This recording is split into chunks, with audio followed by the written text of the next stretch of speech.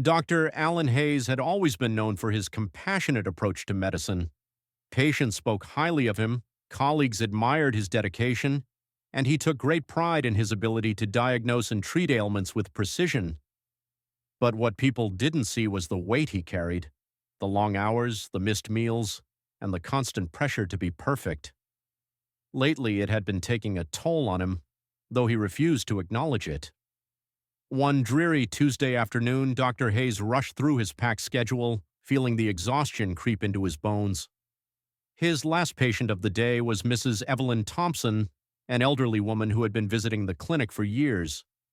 She was a kind soul, always polite, but today there was a concern in her eyes that was hard to ignore. "Dr. Hayes," she began, her voice laced with hesitation, "I've been having these chest pains. They come and go, but they feel different this time." Dr. Hayes, already feeling the strain of the day, barely glanced at her chart. He had seen Mrs. Thompson many times before for minor issues, aches, fatigue, dizziness, all of which had turned out to be nothing serious. "It's probably just acid reflux, Mrs. Thompson. Try cutting back on spicy food and caffeine. If it gets worse, come back and see me." Mrs. Thompson frowned but nodded. She had always trusted Dr. Hayes, and though something inside her told her this was different, she didn't want to be a bother. She left quietly, but the doubt lingered. That night, Dr. Hayes went home, exhausted and irritable. He barely ate dinner before collapsing into bed. He didn't think about Mrs. Thompson again until the next morning when he arrived at the hospital and was met with hushed whispers among the staff.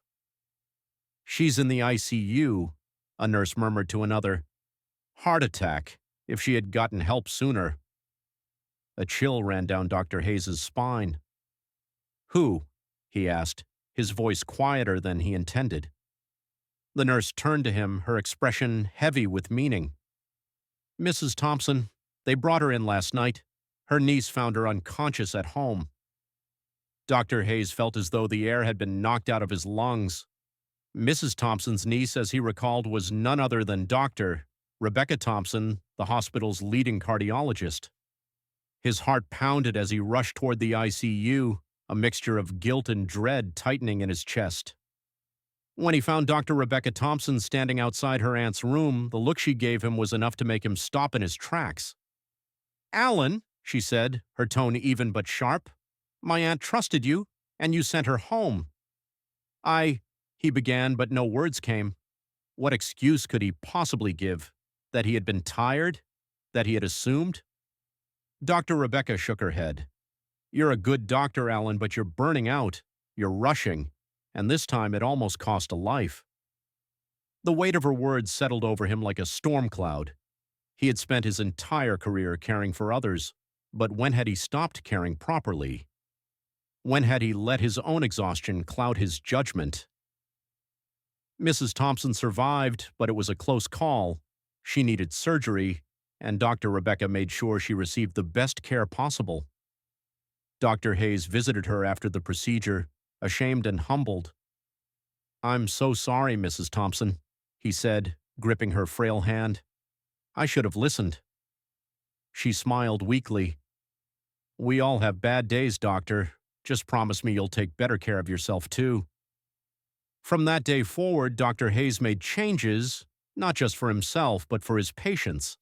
He sought counseling for stress management, reduced his workload, and took breaks when needed.